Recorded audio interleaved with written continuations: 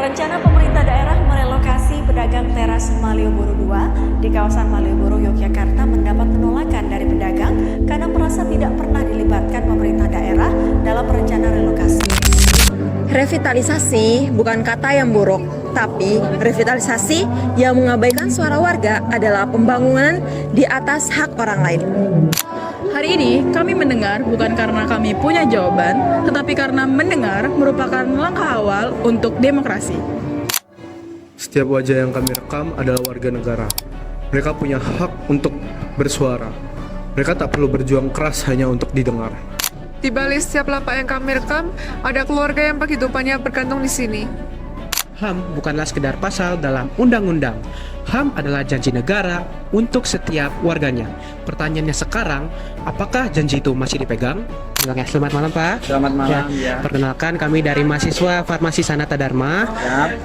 Izinkan saya untuk mewawancari Bapak terkait relokasi pemindahan pedagang-pedagang yang ada di lingkungan sini ke teras Malioboro.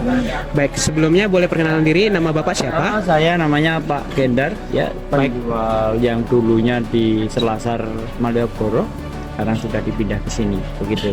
Bapak sendiri sudah berapa lama berdagang di Malioboro sebelum dipindahkan?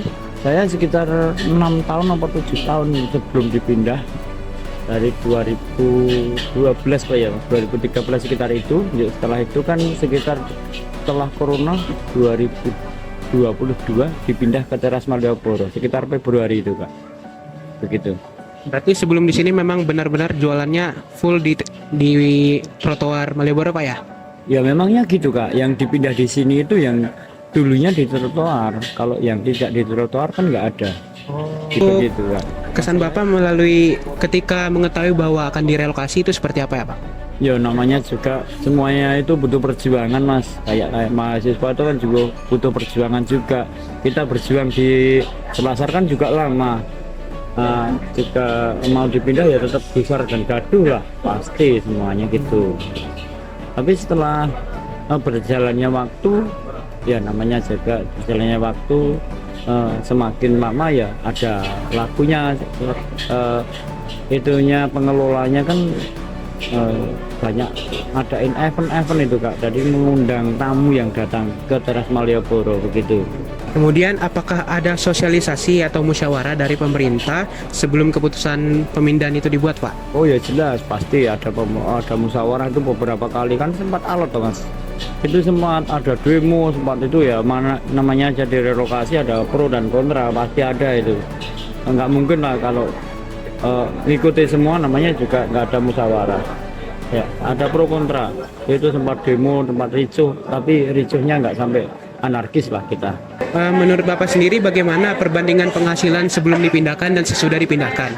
Kalau penghasilan tergantung kita saja yang mau menerima Mas. Semakin banyak kita penghasilan, semakin kita banyak kebutuhan. Tinggal kita saja yang mau bersyukur atau tidak. Kalau kita mau bersyukur kita enak kok. Semuanya gitu. Kalau kita nggak mau bersyukur semuanya akan kurang terus. Manusia di bawahnya hawa nafsu. Ya begitu. Kalau menurut Bapak sendiri, apakah ada kompensasi atau bantuan dari pemerintah setelah dipindahkan seperti itu Pak, sebagai bentuk ganti rugi atau lain sebagainya? Itu tidak semua Kak. Ada ya yang dikasih kompensasi sekitar berapa ribu gitu. Tapi tidak semua. Mungkin ya namanya kita jualan di kayaknya di pasar gitu ya. Yang di depan kan biasanya yang rame ya. Yang di belakang kan sepi. Terus yang dapat kompensasi itu yang belakang-belakang. Misalkan pengelola ada event itu misalkan biasanya 3 bulan sekali atau bahkan 1 bulan sekali itu kan ada event di teras Malioboro. Itu yang diutamakan yang kurang laku, misalkan kurang banyak pengunjung didatangi gitu, begitu. Apakah di teras Malioboro ini Bapak dikenakan biaya untuk sewa rukonya?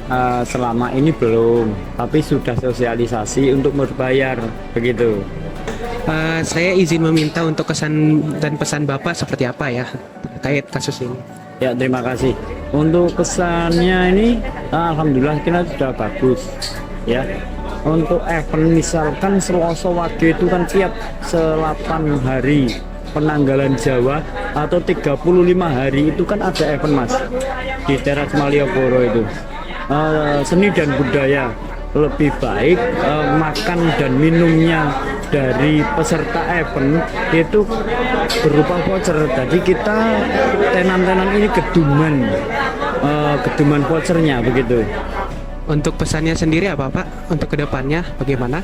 Untuk kedepannya kita itu di sini, apalagi kita parkirnya di Senopati itu berkurang ya. Tidak ada bis. Paling tidak itu ada shelter bis berhenti di situ. Kan ini kan sebentar lagi infonya atau kabar burungnya itu Malioboro, Jalan Malioboro itu kan steril kendaraan Kak. Mungkin 2026 ini mungkin akhir atau pertengahan mungkin. Kalau kita nggak ada pengunjungnya yang datang ke sini ya kita pahit Mas. Begitu, terima kasih. Baik Bapak, mungkin wawancaranya cukup di sini saja. Terima kasih banyak atas pendapat dan informasi dari Bapak sendiri. Terima kasih banyak Pak atas waktunya. Dari cerita Pak Kendar, relokasi ke teras Malioboro sejak tahun 2022 menyisakan ketimpangan nyata. Pedagang di area depan mungkin ramai, tetapi mereka yang di belakang sangat sepi pengunjung akibat akses yang terbatas. Hal ini memunculkan kritik. Haruskah hak kesejahteraan ekonomi pedagang dikorbankan demi dalih tata kota? Tugas negara sebagai fasilitator kesejahteraan belum sepenuhnya tuntas hanya dengan menyediakan tempat. Saran Pak Kendar terkait pengadaan voucher belanja saat event dan perbaikan akses parkir bus adalah wujud partisipasi aktif warga negara. Keadilan sosial baru terwujud ketika hak hidup layak warga benar-benar dijamin.